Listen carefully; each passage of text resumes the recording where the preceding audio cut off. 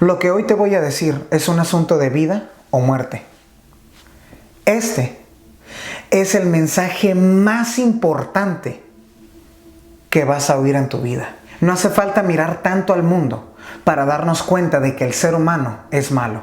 Al ver las noticias y fijarnos en lo que está pasando en el mundo, podemos darnos cuenta de que el ser humano es malo. La Biblia dice en Romanos 3:23 que todos hemos pecado. Los ricos y los pobres, los jóvenes y los ancianos, los famosos y los desconocidos, los líderes religiosos o políticos y sus seguidores. Todos hemos pecado y por esa razón todos hemos sido destituidos, privados, alejados de la gloria de Dios. Es decir, es imposible que te presentes delante de Dios con manos, con corazón limpio, con una mente inocente, porque tú y yo hemos hecho lo malo delante de los ojos de Dios. ¿Qué es pecado?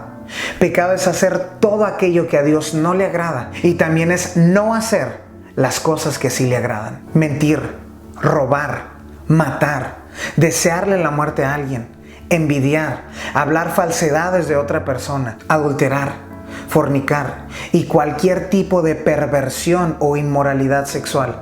Son prácticas que ofenden y que irritan el corazón de Dios. Las personas que piensan, no hay tal cosa como el bien y el mal, todo depende de la manera en que tú lo mires, están viviendo engañados, porque Dios es el que dice qué está bien y qué está mal. Aunque nuestros países y nuestros estados cambien las leyes, el único que tiene poder para decir qué es correcto y qué es incorrecto es el Dios Todopoderoso. Las personas que piensan que la Biblia es un montón de cuentos de hadas y fue escrita por simples hombres, no se han dado cuenta que los arqueólogos, historiadores, geógrafos e incluso algunos filósofos más respetados de este tiempo concuerdan en que la Biblia tiene una precisión del 99.6% y agregan a este impresionante dato que lo único que le falta a la Biblia para llegar al 100% de la precisión geográfica, historia y arqueológica son profecías que aún no se han cumplido,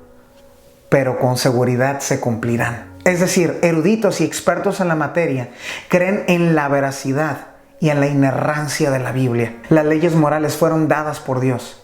Y si Él dice que algo es pecado, entonces es pecado. Y el problema del pecado es que la Biblia dice que la paga del pecado es la muerte. Hay tres tipos de muerte. Número uno, la muerte natural que todos vamos a experimentar y que se introdujo a la tierra a causa del pecado del hombre. Número dos, la muerte espiritual, que es estar vivo físicamente, pero sin conocer a Dios ni tener una relación con Jesús.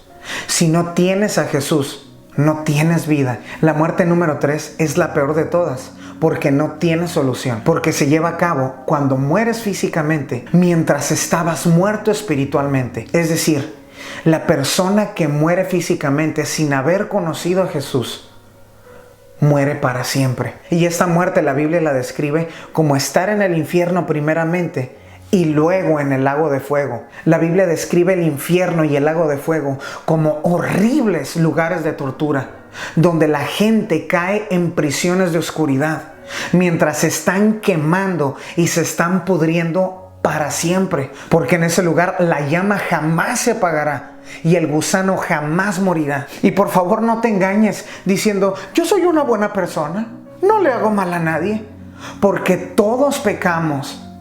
Yo he pecado, tú has pecado y todos merecemos el castigo de la justa ira de Dios. Todos. Pero hoy te traigo buenas noticias. Hoy quiero hablarte de quién es el Señor Cristo Jesús. Jesucristo es el Hijo de Dios. Es el Dios que se hizo carne y habitó entre los hombres. Y ha sido el único ser que ha vivido una vida justa, piadosa, apartado del pecado del mal y ha vivido en perfecta obediencia al Padre que está en el cielo. Y la Biblia dice que Jesús vino al mundo para salvar a los pecadores. Por eso Jesús fue traicionado por su propio discípulo, el tesorero de su ministerio, Judas Iscariote. Fue entregado a los ancianos del pueblo de Israel, a los sacerdotes del judaísmo de aquel tiempo, y esto lo entregaron al gobierno romano, exigiéndole que lo crucificaran por crímenes que nunca cometió. La Biblia dice que los soldados romanos vendaron los ojos de Jesús mientras empezaban a golpear y escupir el rostro de Cristo y le gritaban en tono burlesco: profetiza quien te golpeó. La Biblia dice que para seguir con su burla pusieron en sus espaldas un manto púrpura que solo usaban los reyes y pusieron en su cabeza una corona de espinas. Y obvio, los soldados no eran tontos, no iban a lastimarse sus manos al clavar aquella corona de espinas en las sienes de Cristo. La Biblia dice que empezaron a golpear la cabeza del Señor con una caña. Poncio Pilato, un hombre sin pantalones y sin carácter, quería complacer a su esposa, que le dijo: no te metas con ese hombre porque hoy tuve pesadillas por causa de él. Pero también quería congraciarse con los líderes judíos y por eso mandó a azotar a Jesús. Y este sufrió en sus espaldas 40 azotes menos uno. Y quiero que sepas que estos azotes tenían varios látigos con garfios de hueso y de metal. Y cada vez que el verdugo azotaba las espaldas de Jesús, estos garfios se quedaban incrustados en su carne. Y el verdugo, al regresar así aquel látigo fiero, se traía pedazos de carne viva de las espaldas de Jesús. Para el séptimo u octavo azote, ya no había carne en sus espaldas. Y aquellos azotes fieros empezaban a despedazar los músculos, los tendones y los ligamentos de las espaldas de Jesús. Y eso Él lo hizo por amor a ti. La Biblia dice que Jesús estaba tan herido que obligaron a un hombre del norte de África llamado Simón de Cirene a llevar la cruz de Jesús al monte del Calvario. Y en aquel monte, las manos de Jesús fueron atravesadas por tus pecados y por los míos. La Biblia dice que atravesaron asimismo los pies de Jesús. Aquellas manos y aquellos pies que nunca fueron instrumentos de maldad, que nunca pecaron, que iban de aldea en aldea para sanar a los enfermos, para perdonar a los pecadores. Y para este momento Simeón le profetizó a Jesús, cuando era tan solo un bebé, que una espada le iba a atravesar el corazón. Cuando los soldados romanos cruzaron el costado de Jesús, este cruzó todo el cuerpo hasta reventarle por completo su corazón. Pero lo más doloroso que Jesús experimentó fue el abandono de su Padre Celestial. Quiero que pienses en toda la eternidad en la que el Padre y Jesús fueron uno, en perfecta armonía. La Biblia dice que Jesús, antes de morir, dio un grito desesperado y lleno de dolor y exclamó: Eloí, Eloí, lama sabactani, que quiere decir: Dios mío, ¿por qué me has abandonado? Y la razón por la cual Jesús sufrió el abandono del Padre Celestial es porque la Biblia dice que los ojos de Dios son tan puros que no pueden ver el mal. Dios imputó en el cuerpo de Jesús todos los pecados de la humanidad que vendrían a la salvación por medio de la fe en Cristo Jesús. Es decir, Jesús allí en la cruz, Él estaba como un ladrón. Él estaba como un sinvergüenza. Él estaba como un asesino. Él estaba allí como un transero. Él estaba allí cargando con todos y cada uno de tus pecados y los míos para poder reconciliarnos con Dios a través de su sangre. Quienes merecían los azotes, las burlas, los golpes y los escupitajos, quienes merecían el desprecio y la ira de Dios, quienes merecían la cruz y los clavos y la lanza, éramos nosotros, porque nosotros sí hemos pecado y Jesús era inocente.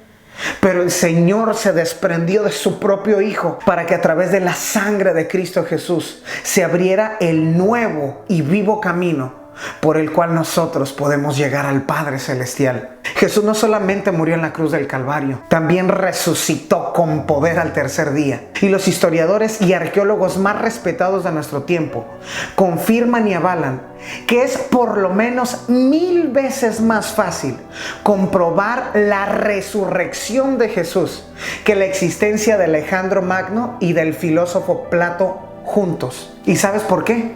Porque Jesús realmente resucitó y hoy está sentado allá a la diestra del Padre. Y no soy yo el que te está dando este mensaje, es Jesús mismo que desde el cielo te está hablando a través de mis labios para que vengas a Él. Él te está llamando a ti te está llamando ahora mismo. ¿Qué es lo que tienes que hacer? Número 1, reconocer que el pecado es pecado. Aunque todo el mundo diga, yo lo veo de otra manera, es que yo opino diferente, yo no lo veo así, es que para mí no es tan malo, o todo el mundo lo hace. Tenemos que reconocer que el pecado es pecado. Y número 2, arrepentirse significa sentir dolor en el corazón por haber hecho lo que ofende el corazón de Dios. Y número 3, arrepentirse es tener la firme decisión de dejar atrás la vida de pecado para empezar a caminar en obediencia a Cristo. No tendría sentido pedirle perdón a Dios por el pecado para regresar a ese pecado que ofende a Dios y que nos separa de Dios. Tenemos que reconocer el pecado tal cual. Debemos sentir dolor en el corazón por ofender a Dios y tenemos que dejar esa vida de pecado para empezar a vivir una relación íntima con Dios para siempre. Si después de escuchar este mensaje rechazamos la invitación de Jesús de venir a Él para el perdón de nuestros pecados y recibir vida eterna, la Biblia dice que lo único que nos espera es el castigo eterno, en donde seríamos prisioneros para siempre, arder en el lago de fuego para siempre y estarnos pudriendo para siempre. Pero si aceptamos el regalo de la salvación de Dios, nos esperan el amor y el compañerismo de Dios para siempre. Además, la Biblia dice que recibiremos vida eterna, porque esta es la promesa que Dios le ha hecho a todos los que creemos en Él, y nos va a llevar a las moradas celestiales, donde no habrá más llanto ni más tristeza, donde todo será perfecto, donde vamos a disfrutar la presencia del Señor y reinaremos juntamente con Él. Además, la Biblia dice que así como Dios resucitó a Jesús de entre los muertos, también a nosotros nos va a resucitar con poder para llevarnos a vivir con Él para toda la eternidad. Si tú no conoces a Dios y nunca has caminado en obediencia a Él, quiero invitarte a hacer esta oración conmigo. Señor Jesús, reconozco que soy pecador. Me duele haberte ofendido y estoy dispuesto a dejar mi vida de pecado y de maldad para empezar a caminar en obediencia a ti. Jesús, yo creo con mi corazón que tú eres el Señor, que tú eres el Hijo de Dios y que resucitaste de entre los muertos al tercer día y ahora estás sentado a la diestra del Padre allá en el cielo. Te pido por favor que seas mi Salvador y también mi Señor. De ahora en adelante voy a vivir en obediencia a ti. En el nombre de Jesús. Amén. Si tú has hecho esta oración por primera vez, felicidades.